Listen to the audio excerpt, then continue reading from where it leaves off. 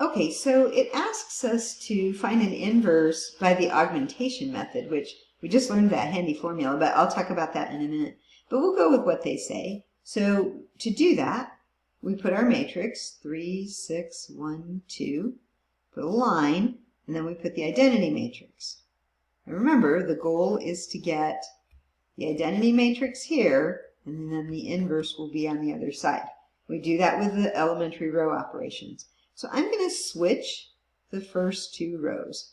Usually I only switch rows if it helps get me a 1 in that upper left corner. And this time, see, I've got the 1, so that's going to work. So I'm just going to put 1, 2, 0, 1, and then 3, 6, 1, 0. So I'm just switching rows 1 and 2. They're just switching places. Okay, the next thing then is to try to get that 3 to be a 0. To do that, I'm going to multiply and add. So I'm going to be multiplying by -3 and adding it to this row. The top row will stay the same. I remember my teacher, my linear algebra teacher, saying, write down the rows that aren't going to change. Do that first. Okay, so the top row is not going to change. And then you're saying, but I'm going to multiply by -3. Remember, it's a temporary change. Okay, so I get -3, -6, 0, -3. So that's my distributing. I'm multiplying by -3.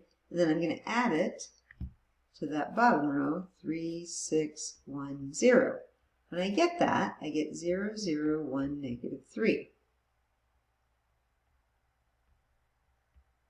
Okay?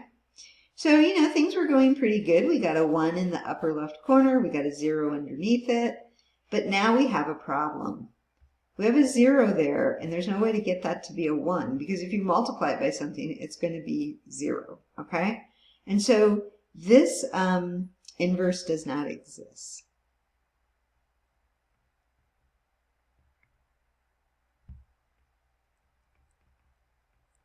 Okay, so that's too bad.